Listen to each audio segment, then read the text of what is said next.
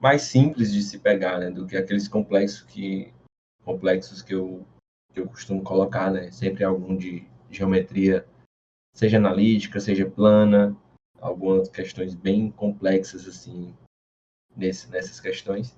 Eu não quis abordar aqui essas questões mais complexas, porque eu queria treinar vocês justamente alguns conteúdos que programáticos, tá? Que estavam programados para serem abordados nessa semana. Bom, a 6, né, eu acho que pode ter sido a mais difícil, né, talvez, mais complexa, assim, por envolver probabilidade, né, análise combinatória, que, enfim, a gente não vai resolver ela com base nessas coisas, mas é uma questão que a gente se enrola, né, durante a prova. E a gente está aqui justamente para a gente entender, né, os estilos de questões, né? Como eles podem ser abordados nas nossas provas e a forma que a gente vai resolver ele. Porque é aquela parada, né? Não importa se a gente resolve de um jeito, se resolve do outro, né? O que importa é resolver a questão. Não existe o jeito certo de resolver uma questão. Então, vamos lá. Vamos à questão 6. Ele diz aqui, 2 amigos, André e Beto, disputam entre si um torneio de tênis de mesa. Pelas regras que foram estabelecidas, foi definido que seria declarado campeão do torneio aquele que ganhar 2 jogos seguidos ou 3 alternados. Quantas são as maneiras de o torneio se desenrolar? Bom, nesse caso, né, a gente fica logo perdido, né, porque é muita informação, então a gente primeiro tem que alinhar as nossas ideias, né, para a gente conseguir resolver esse tipo de questão. Então, ele diz, né, que é um torneio de tênis de mesa, e, obviamente, não existe empate no tênis de mesa. Ou você ganha um set, ou você perde, ou você perde o set. Então, obviamente, cada partida, se tem 2 jogadores, só existem 50%, né, de chance para um e 50% para o outro. Obviamente. Então, ele diz, né, que tem o Beto e o André. Logo, existe a chance de o Beto ganhar ou de o André ganhar. Faremos primeiramente o André ganhando. Vamos supor que o André ganha a primeira partida. Então, o André ganhou a primeira partida. Na segunda partida, novamente, tem a chance do Beto ganhar ou do André ganhar. Se o Beto ganha, ou se o André ganha, termina a partida. Então, temos uma possibilidade. A primeira possibilidade surgiu. Que o André ganhou a primeira, se ele ganha a segunda também, surgiu a primeira oportunidade aqui, né? Que ele quer quantas maneiras do torneio se desenrolar. Então, essa é a primeira maneira. Ó, encontramos a primeira maneira. Para irmos para a segunda maneira, a gente tem que fazer com que não o André ganhe a segunda rodada, né? Vamos supor, isso aqui são rodadas, tá? Eu vou só desenhar aqui de uma maneira mais simples. Primeira rodada, segunda rodada, terceira rodada, quarta rodada e quinta rodada. Bom, beleza. Essa é a primeira chance. Primeira maneira de se desenrolar a partida. Vamos continuar. Agora como o Beto ganhando, né? Agora o Beto ganhou. Vamos para uma terceira rodada. Na terceira rodada, ou o André ganha, ou o Beto ganha. Se o Beto ganhar agora, ele vai estar ganhando 2 consecutivas. Quando ganha 2 consecutivas, se encerra a partida. Então, se ele ganhar, é a segunda chance, segunda maneira de se desenrolar o campeonato, né? Pronto, se acaba aqui com o Beto. Mas ainda existe a oportunidade de o André ganhar. Fazendo na hipótese do André ganhando, estaríamos indo para uma quarta rodada. Na quarta rodada, o que acontece? De novo, se o André ganhar, ele estaria ganhando 2 consecutivas. Logo, se são 2 consecutivas, então segundo.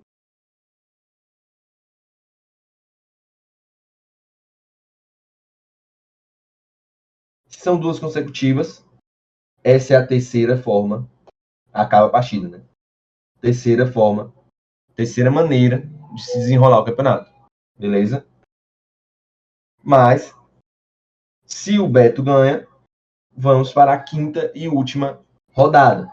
Na quinta e última rodada, existe a chance do André ganhar, que é uma quarta maneira de se desenrolar o processo, ou do Beto ganhar, que seria a quinta maneira de acontecer o processo.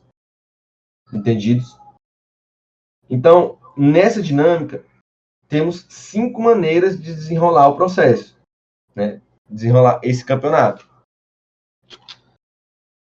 Mas essas 5 maneiras partiu de um princípio, que é André ganhando, né?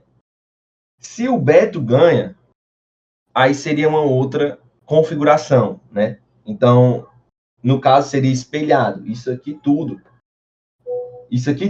espelhado pro Beto. Então, se pro André, né? Começando com o André, nós temos 5 maneiras, começando pelo Beto, nós temos, obviamente, mais 5 maneiras, entendeu? Espelhado do começando pelo André, ganhando, ok?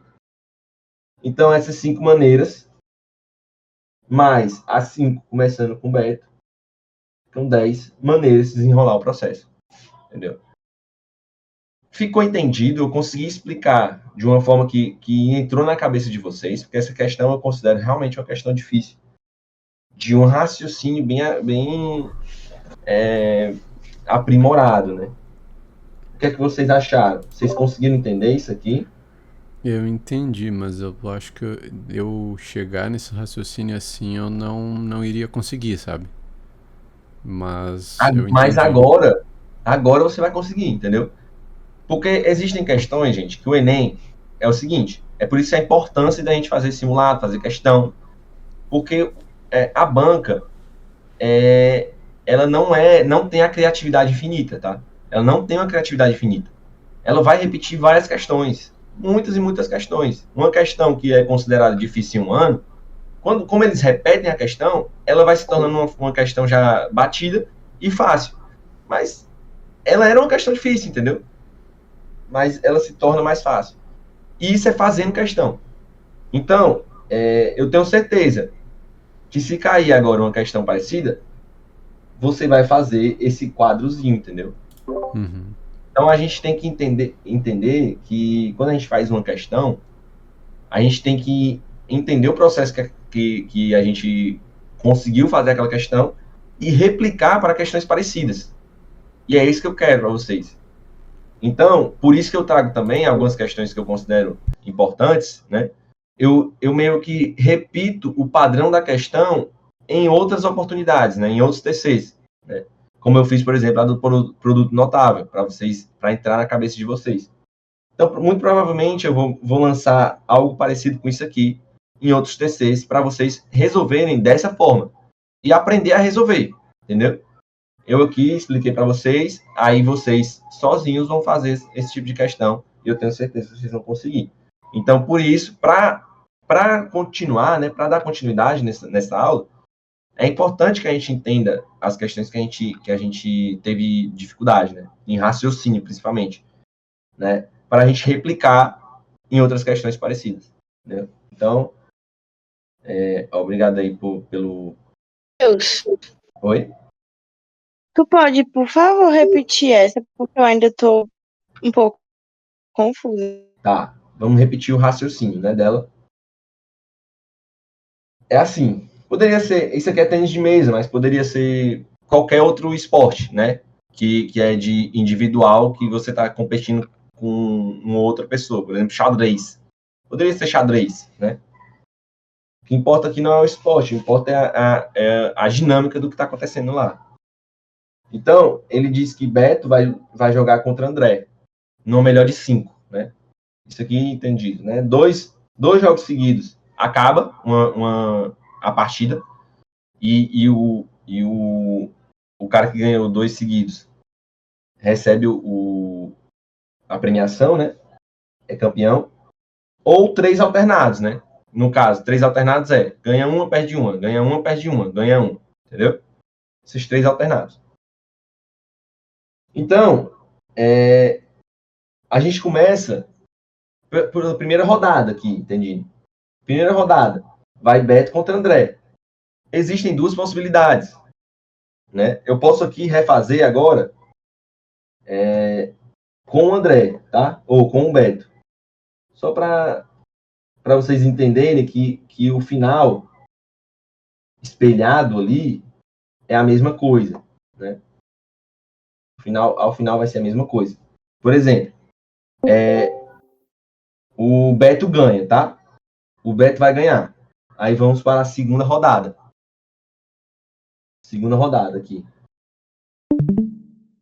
O Beto ganhando. A segunda rodada tem André e Beto, né? Beto aqui em cima e o André. Pode acontecer de o André ganhar ou do Beto ganhar. Mas se o Beto ganha, acaba a rodada. Acaba a partida, né?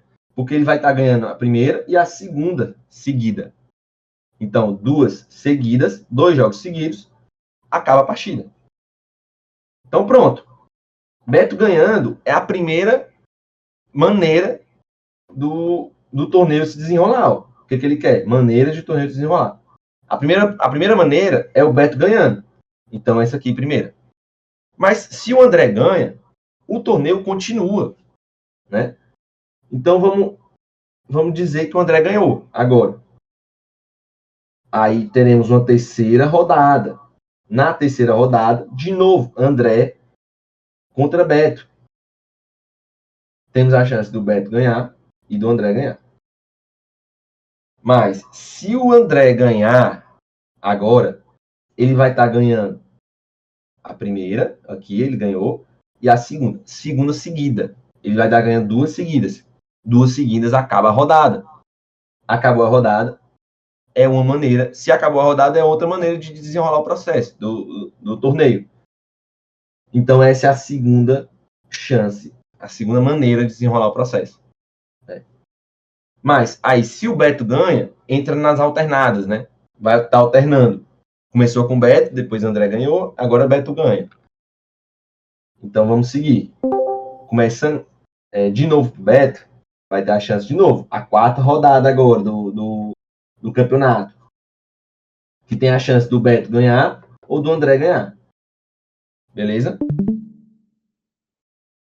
Se o Beto ganha agora de novo, né? Ele vai estar ganhando 2 seguidas, novamente, né? Aqui, ó. Ganhou a primeira, agora a segunda seguida. Se o Beto ganha, acaba o torneio. Porque ele está ganhando 2 seguidas. Então, essa é a terceira forma de se desenrolar o torneio. Beleza? O Beto ganhando agora. Mas se o André ganha, vai estar alternando. Primeiro o Beto ganhou.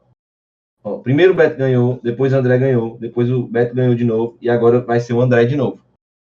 Alternando. Se alternou, ninguém ganhou ainda. Vai para a 5ª e última rodada. Indo para a 5ª rodada, tem a chance do Beto ganhar ou do André. Qualquer um, né? Se o Beto ganha aqui, o que vai acontecer? Ele vai ganhar as 3 de forma alternada, né? Ele ganhou a primeira, ele ganhou o Beto, né? O André ganhou a primeira, o Beto ganhou a segunda. Primeira dele ganhando. André a terceira, Beto ganhou a 4ª. Se ele ganhar agora... Opa, peraí. Não, começou aqui. O Beto ganhou a primeira, o André ganhou a segunda. O Beto ganhou a terceira, né? Aí ele vai ganhar a segunda alternada. O André ganhou a 4ª. E aí, de novo, o Beto ganhando. Ou seja, 3 de forma alternada.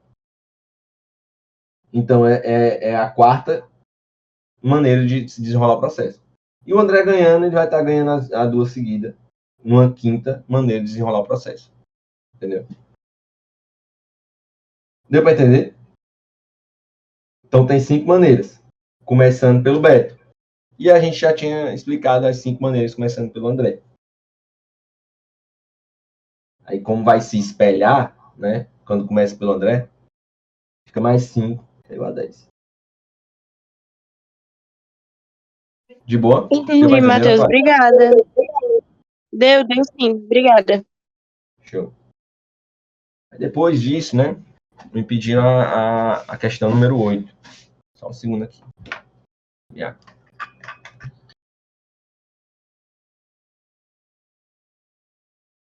Gente, eu me deixei entender naquela questão passada, na 6. Todos. Quem tiver dúvida, pode. O microfone aí tá para isso, tá?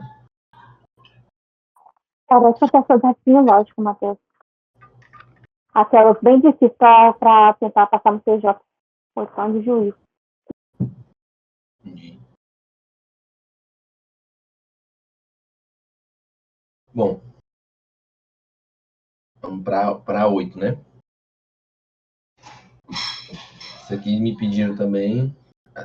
Acho que só me pediram 2 ou foram 3. O resto eu escolhi para fazer. Bom, isso aqui, né? Ele está falando sobre padronizar a placa de carro, né? Vocês devem ter passado já por esse processo aqui de leitura desse texto. Não vai ser muito importante. O importante é daqui, né? Daqui para cá. Aí diz aqui, né? Tanto o sistema de emplacamento atual como o sistema Mercosul são utilizados 26 letras do nosso alfabeto, 10 algarismos no sistema numérico decimal. Considerando ainda a repetição de letra e algarismo.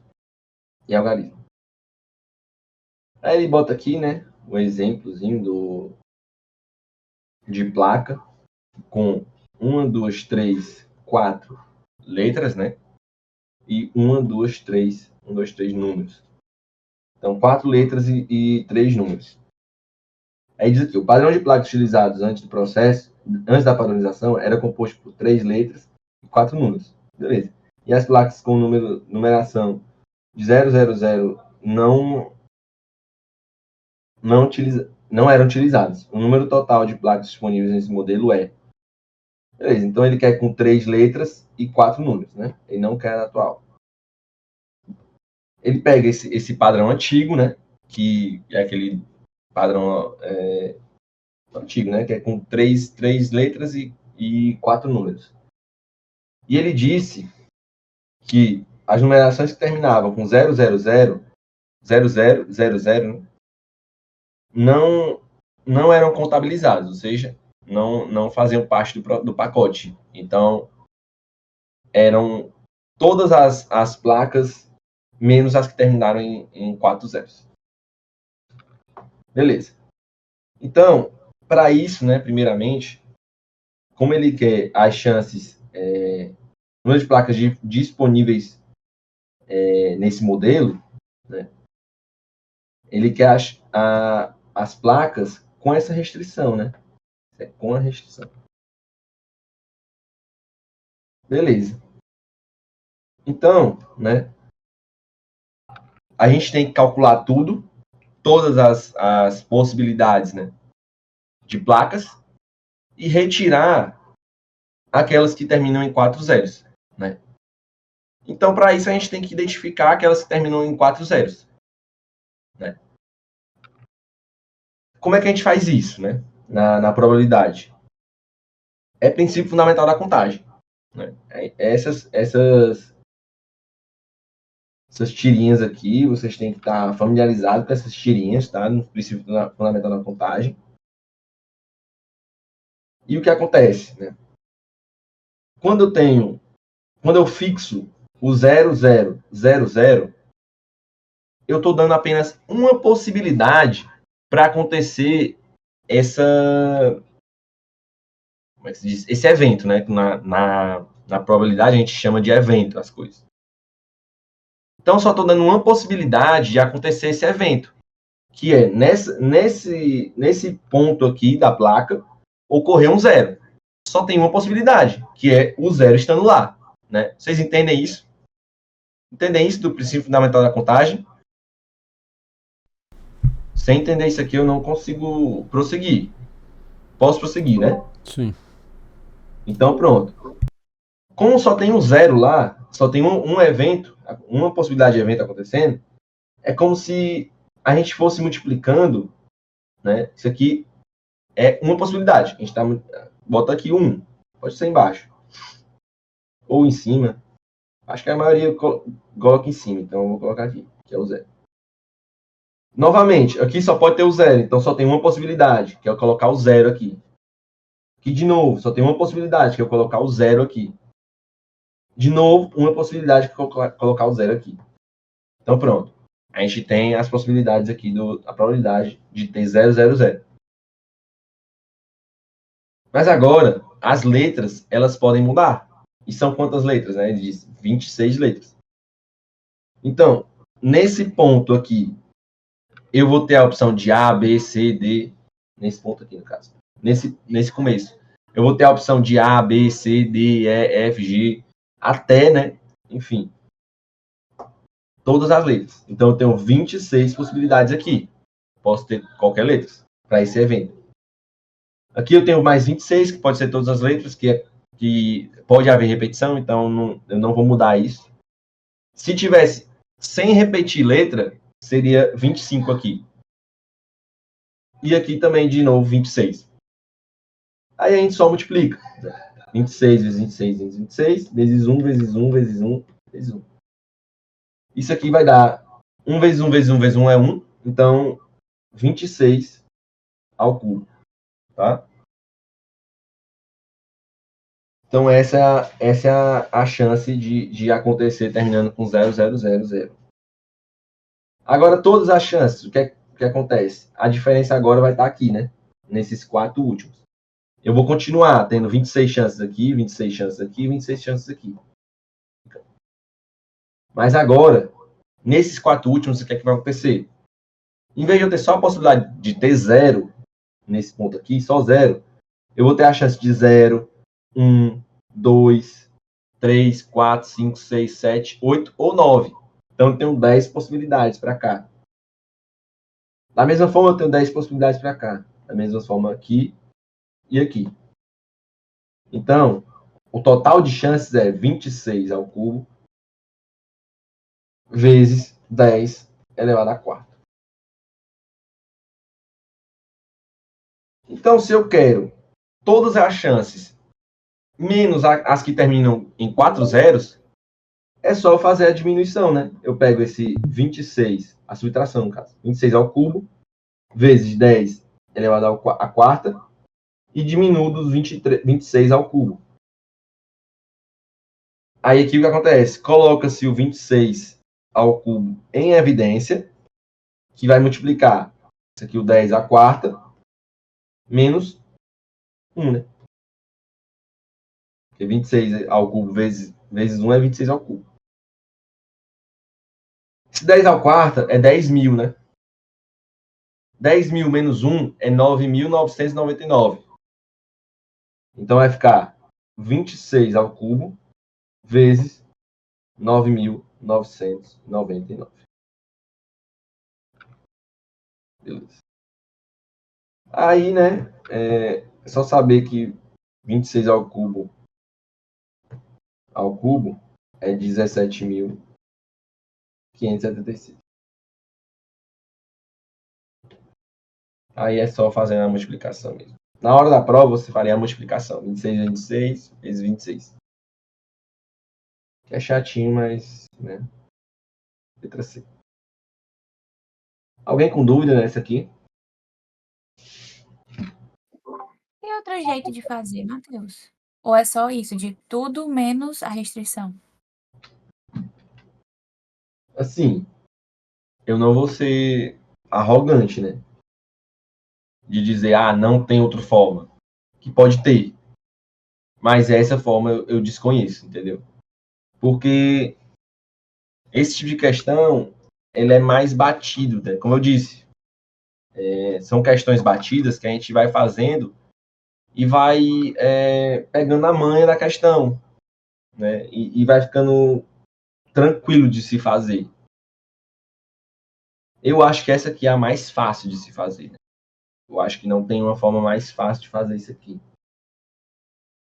Porque quando eu li, primeiro eu pensei assim, realmente, né? O 26 a terceira, só que aí ia ficar 10 a terceira vezes 9, sabe? Tipo, como a restrição são 4 zeros, eu pensei, então se o último não for zero, então já tipo, já ia dar o que a questão queria, sabe? Tu entendeu? Entendi. Mas é porque não é só o último, né? São os 4 últimos. Aí teria que ficar, você teria que fazer aquela probabilidadezinha, entendeu? Um segundo. Acho que eu entendi.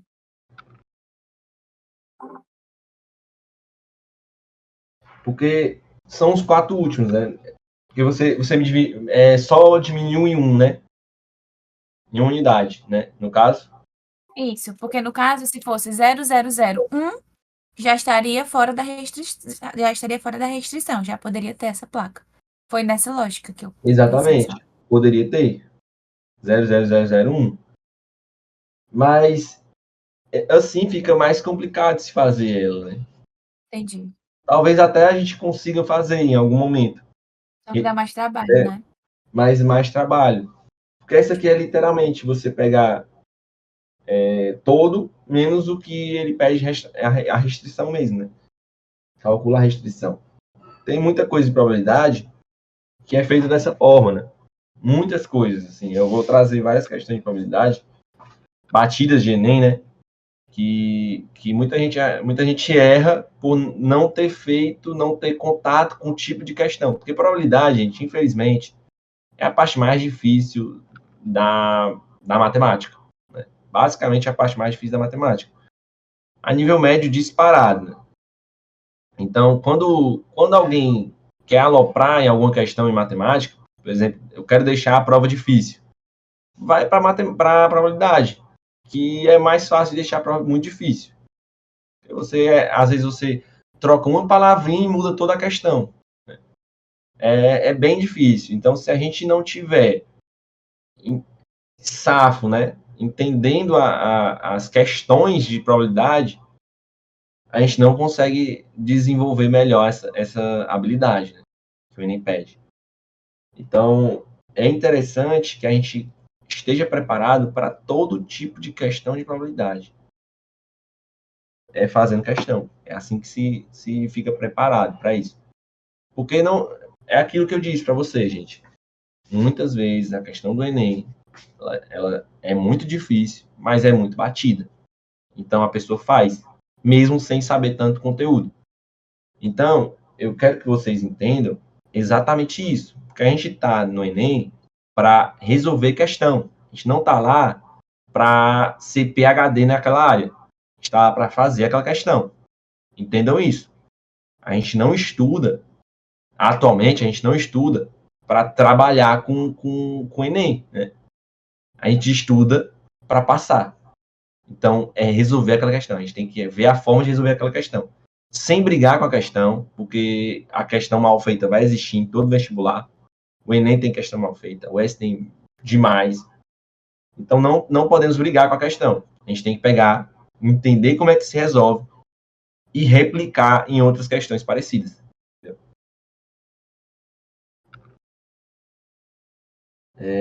Tudo bem aqui? Posso dar prosseguimento? Tranquilo. Show. Agora, né, eu vou para 2 questões aqui bem mais tranquilas, tá? Muito mais tranquilas. Mas que eu só vou fazer mesmo para dizer um pouco da importância do diagrama de Venn, tá?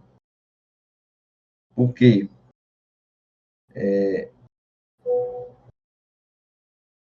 muitas questões, tá? A gente vai resolver por diagrama de Venn. vai estar resolvendo por diagrama de Venn. Eu coloquei duas questões que se resolvem por ele, né? Então, o que é que ele está falando aqui? Ele diz assim, uma pesquisa com todos os trabalhadores da Fabritec, na qual foram formuladas duas perguntas, revelou os seguintes números. 205 responderam a primeira pergunta, 205 responderam a segunda pergunta e 210 responderam somente a uma das perguntas. Beleza. Ele diz 1/3 dos trabalhadores não quis participar da entrevista. Então, aqui fora, né, no diagrama de Venn, vocês sabem, né? 1/3 dos trabalhadores não respondeu. Fora tem o que não participa da entrevista.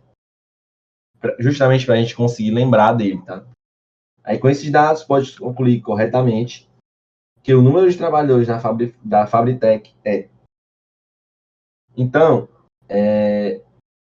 se 1/3 dos trabalhadores não quiseram participar da entrevista, obviamente, os que participaram da entrevista são 2/3 dos trabalhadores, né? Então, vamos lá. A partir disso, né? A gente consegue tirar algumas conclusões interessantes. Por exemplo, né? Para eu somar aqui, tá? Eu vou somar 205 menos x, mais 205 menos x, eu vou dizer que é 2 vezes 205 menos x, tá? Beleza? 2 vezes 205 menos x.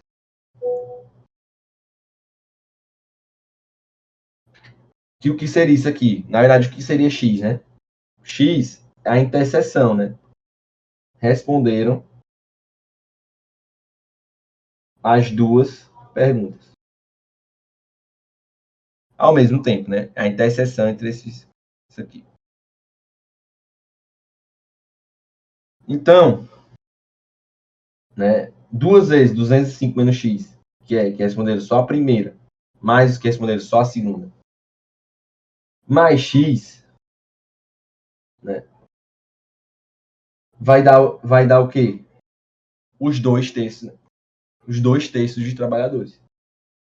2/3 de T. Chamei de T, tá? O número de trabalhadores.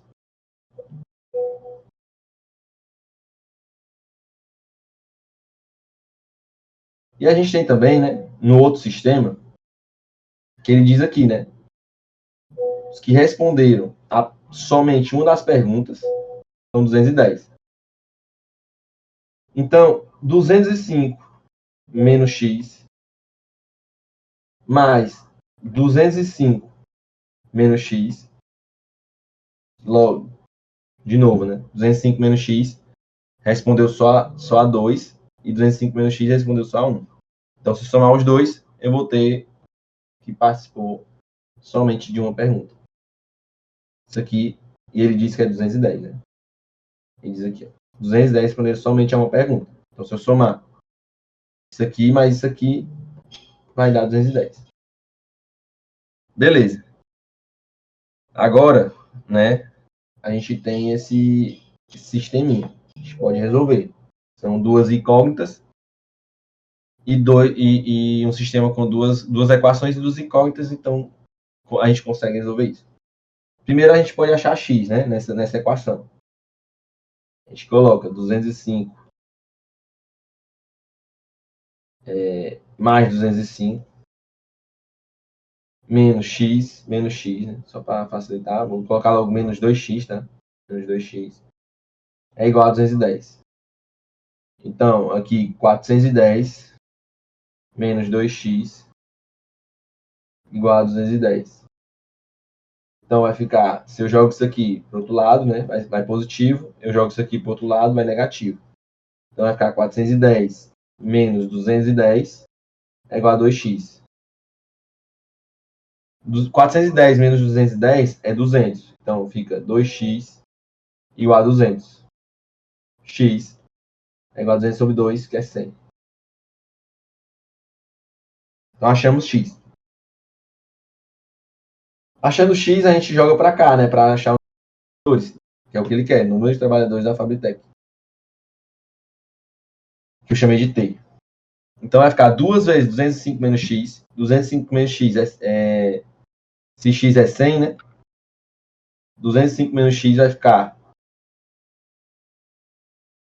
205 menos 100, que é 105. Então, 2 vezes 105 é 210, né? Então fica 210 mais x. Eu vou substituir logo, mais 100. X é 100, né? É igual a 2 terços de t. Então, vou jogar aqui, tá? Vou colocar aqui em cima, tá? 210 mais x é 310. É igual a 2 terços de t. Aí isso aqui, né? Eu jogo para lá, cruz, né? T é igual a 3 vezes 310 dividido por 2. 310 dividido por 2 é 155, né? 155. Então fica T igual a 3 vezes 155. Isso aqui, deixa eu ver quanto é que dá. 465.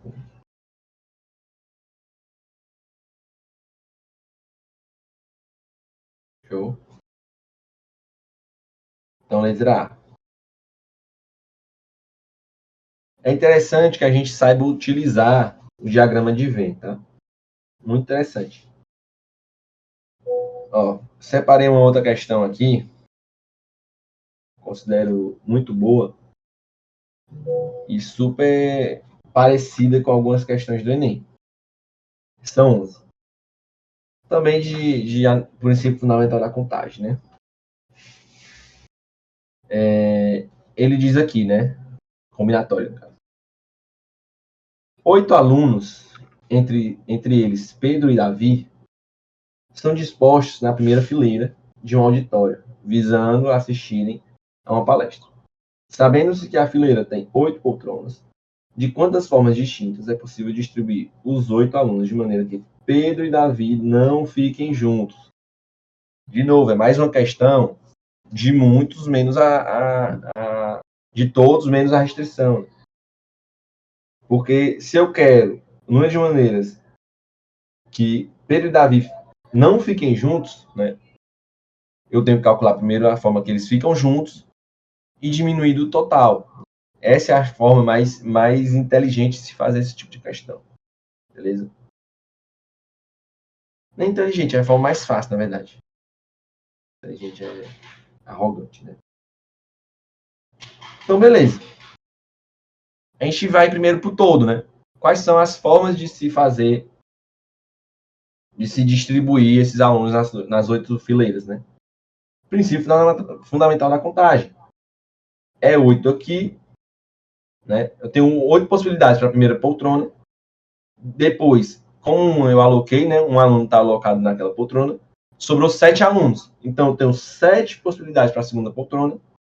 6 aqui, 5 aqui, 4 aqui, 3 aqui, 2 e 1. Então, isso aqui é 8 fatorial, né? Permutação de 8. Agora, como é que a gente faz para utilizar esse caso aí de Pedro e Davi juntos, né? Acho que é Pedro e Davi, né?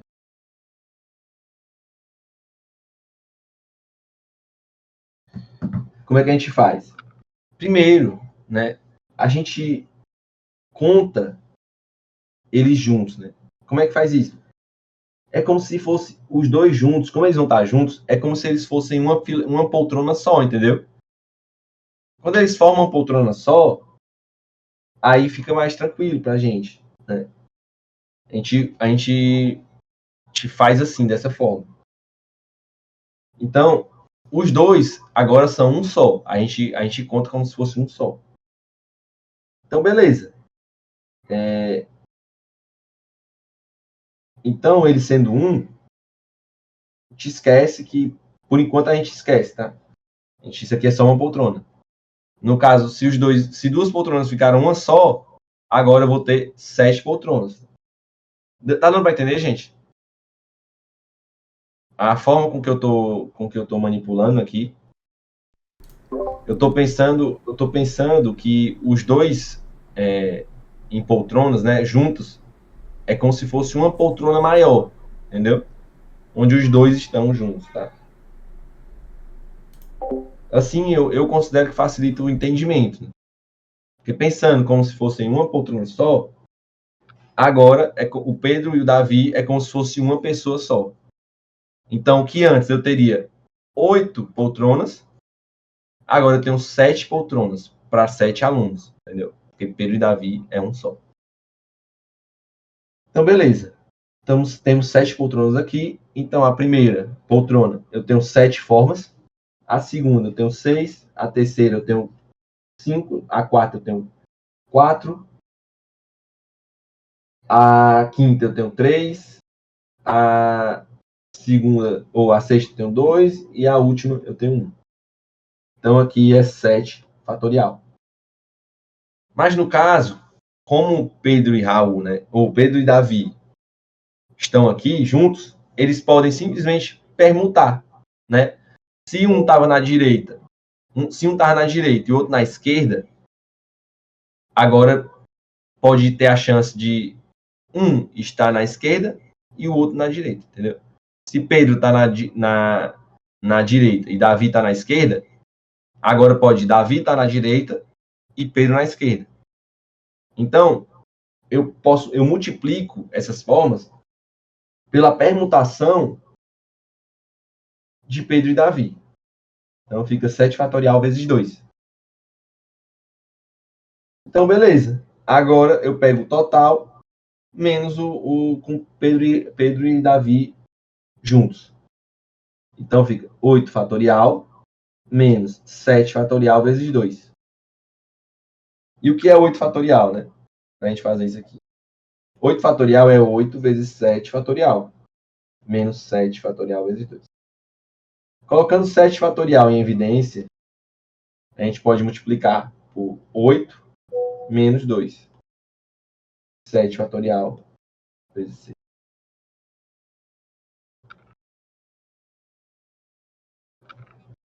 Ou 6 vezes 7 fatorial. Beleza? Alguma pergunta, gente? Boa noite, eu tenho uma pergunta. Pode falar.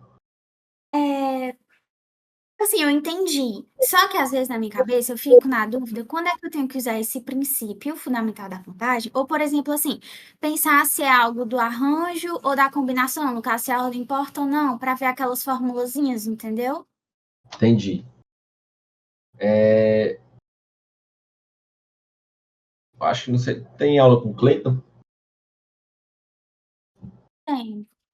Tem, né? Acho que ele teve uma coisa que eu aprendi com ele, né? Que eu achei bem idiota, mas eu achei legal. Ele fala assim, né? Se a ordem importa, arranjo, não combinação. Entendeu? Sim. Permutação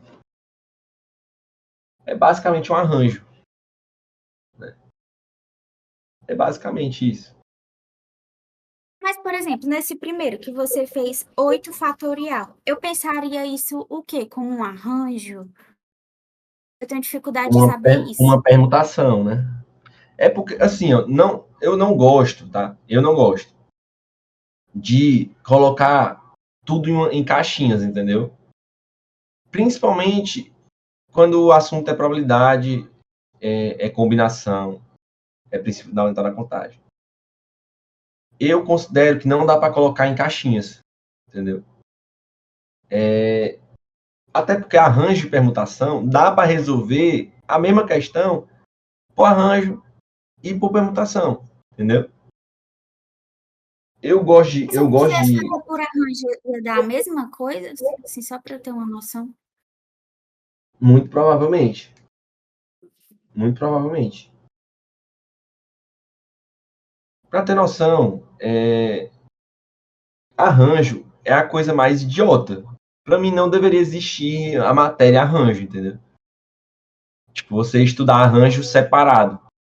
Eu acho muito Porque, idiota. tipo assim, Porque na minha cabeça, o princípio da o fundamental arranjo é N sobre N menos P fatorial, né?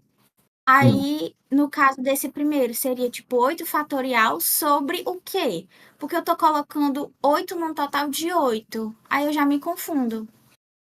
é por isso que tu não pode se prender a isso, entendeu?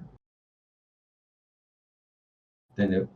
Porque não se prende a nomes, entendeu? Não se prende a nomes. Tipo, isso aqui é arranjo, isso aqui é permutação. Tu tem que entender o que está acontecendo na questão para aí tu desenvolver o teu raciocínio daquela questão. Probabilidade é isso. Quando a gente entende o funcionamento dessa questão, mais do que tipo, isso aqui é de arranjo, isso aqui é de permutação, isso aqui é de combinação.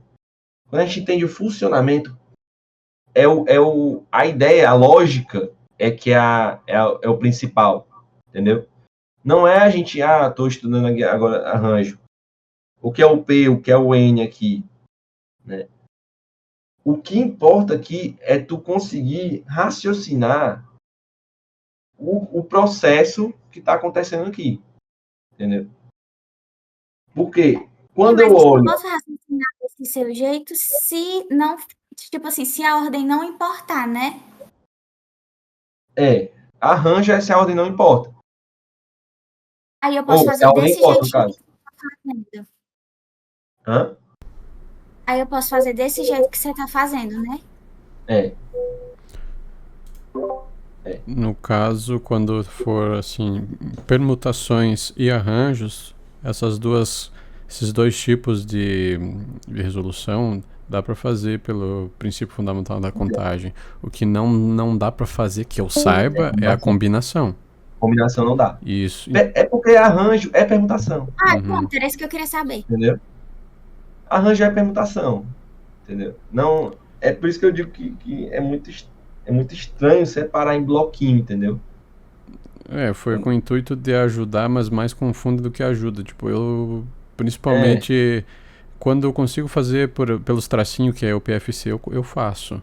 Mas a maioria das vezes eu uso fórmula. Isso salva vidas, tá? Princípio fundamental da contagem salva vidas. Isso aqui, você fazer isso aqui é muito importante para a gente entender o processo, né?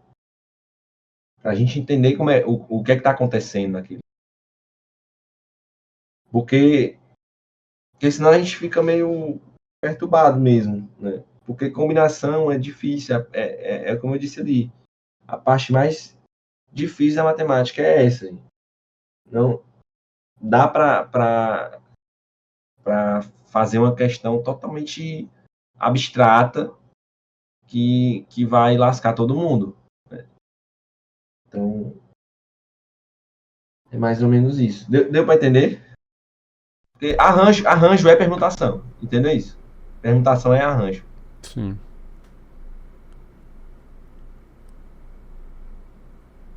Certo?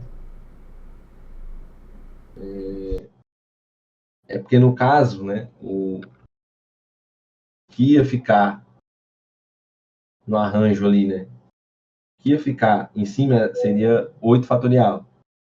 E embaixo ia ser 1 fatorial. Na verdade, 0 fatorial, né? Que é 1. Enfim.